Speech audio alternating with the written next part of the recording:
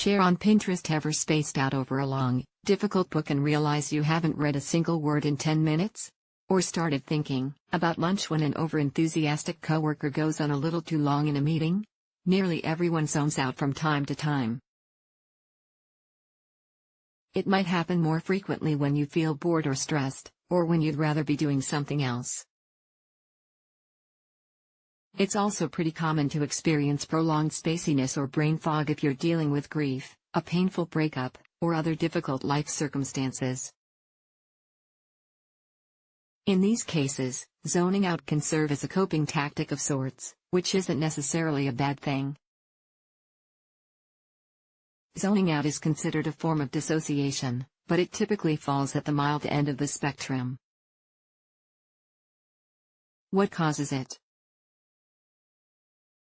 Often, zoning out just means your brain has switched over to autopilot. This can happen when your brain recognizes that you can complete your current task. Whether that's folding laundry or walking to work, without really thinking about it. So you go into default mode. Still, the following factors can make you more prone to zoning out, even when the task really does require your full attention. Sleep deprivation. Think back to the last time you didn't get enough sleep.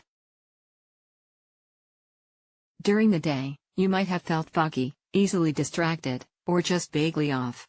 It might not seem like a huge deal, but sleep deprivation can take a big toll on your mental functioning and make you more prone to zoning out. This can be particularly dangerous when you're driving or working with machinery.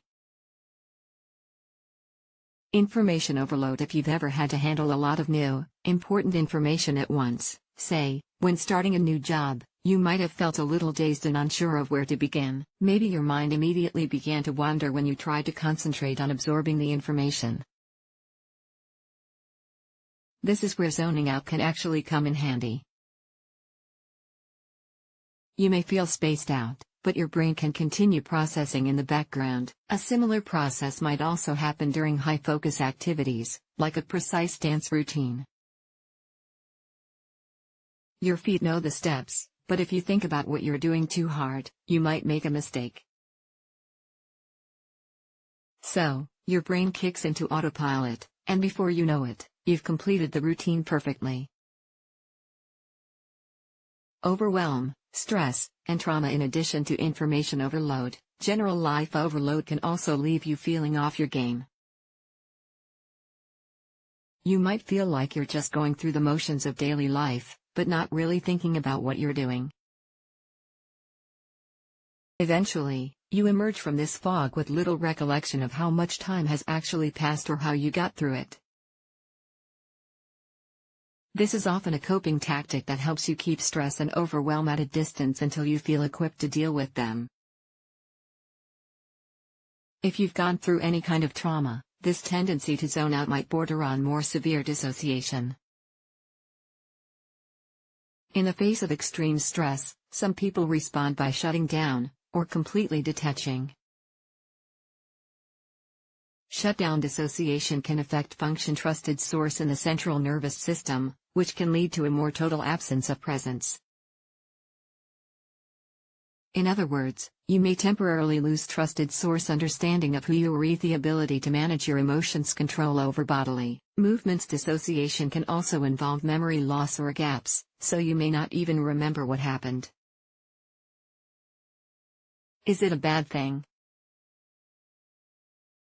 For the most part, zoning out isn't bad at all. It's a normal part of brain function, and it's also often helpful. The good letting your mind wander can boost your creativity and help you solve problems more effectively. Plus, when you're really involved in doing something you enjoy, whether that's drawing, working out, playing video games, or reading your favorite book, you might feel totally absorbed and not notice what's happening around you. As a result, you get more enjoyment out of the activity. What's more, a 2017 study exploring the ways that people think about personal values found evidence to support a link between zoning out and deep thinking. In the study, 78 participants read 40 short narratives about protected values, or values often considered important or sacred. Reading the narratives activated the default mode network, the same area in the brain that's activated when you zone out. The not-so-good zoning out does sometimes have less desirable effects. If you zone out to cope with something difficult, like an argument with your partner or a lecture from your boss, you might feel less distress in the moment. Zoning out can prevent you from challenging these feelings as they come up. Then, there's the whole issue of safety, especially when you're in unfamiliar surroundings. Maybe you zone out while driving on the freeway because you've driven the same route every day for the past 7 years. Still, even though you know the road well, losing focus while driving can easily lead to an accident. Dissociation can have a protective function when people, especially children, can't escape from a traumatic or distressing experience. However, it may not be the best response to a situation you can get away from. If you continue to dissociate in response to all types of stress, you may not use other, more helpful coping methods. How to get back in the zone when you need to. Daydreaming while doing chores or work tasks that require little brain power is probably just fine. But zoning out while your boss is going over important tips for your next big project? Not so great. If you tend to zone out during inopportune times, these strategies can help you keep your focus when you need it. Ground yourself. Grounding techniques can be incredibly helpful when you want to stop zoning out. Grounding simply means you take steps to anchor yourself in the present moment. You might do this by breathing in a strong fragrance, like an essential oil, stretching or jumping in place, running cold or warm water over your hands, sucking on a hard candy with an intense flavor. Cinnamon, peppermint, or even sour candies are great options. Keep track of when you zone out the most. It's often helpful to jot down a quick note whenever you realize you've zoned out. If you don't always know when it happens, you can ask someone you trust to help. Logging these episodes can give insight into any patterns of mind wandering and help you take note of your thoughts before zoning out. Once you have more awareness of these patterns, you can take steps to change them. Practice mindfulness. Mindfulness practices can help you increase your awareness of what's happening in each moment. This can help a lot if you tend to zone out while doing tasks that don't require a lot of mental energy. Instead of letting your thoughts wander away, focus on what you're doing. If you're washing dishes, for example, stay present by thinking about the fragrance of the dish soap, the roughness of the sponge, the temperature of the water, and the satisfaction you feel when you get a really dirty pot sparkling clean. Breathing exercises can also help. Focusing on each breath you inhale and exhale can help you focus your awareness more easily. This can sometimes help you stay present while driving, especially if you're stuck in traffic, since breathing exercises also help relieve stress. Use active listening techniques. If you catch yourself zoning out when listening to other people talk, try to incorporate active listening skills when you interact with others.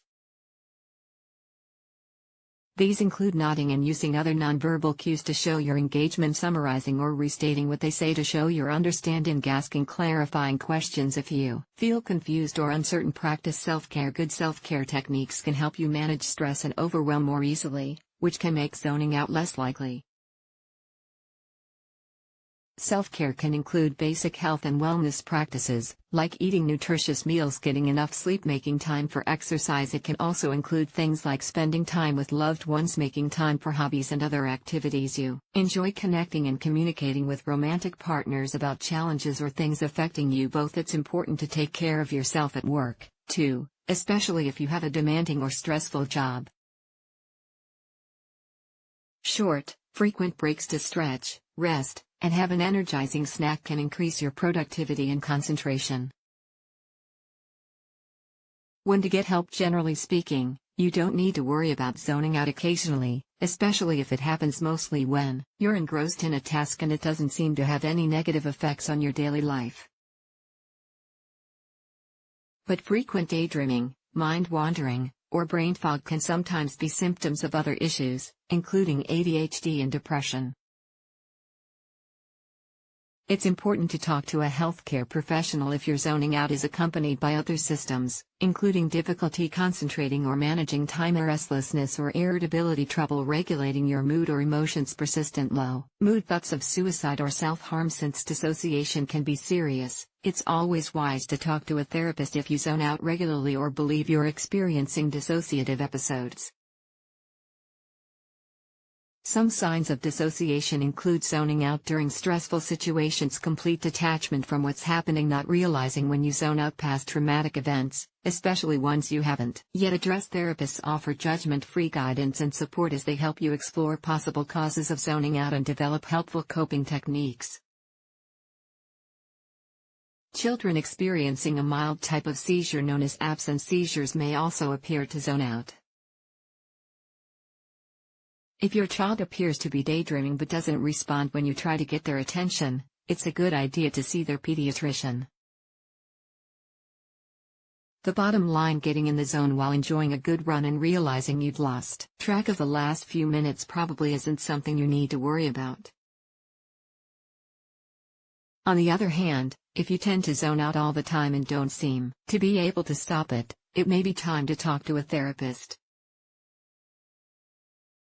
Therapy can always have benefit when zoning out or dissociation affects your day-to-day life. Crystal Rapole has previously worked as a writer and editor for Good Therapy. Her fields of interest include Asian languages and literature, Japanese translation, cooking, natural sciences, sex positivity, and mental health. In particular, she's committed to helping decrease stigma around mental health issues.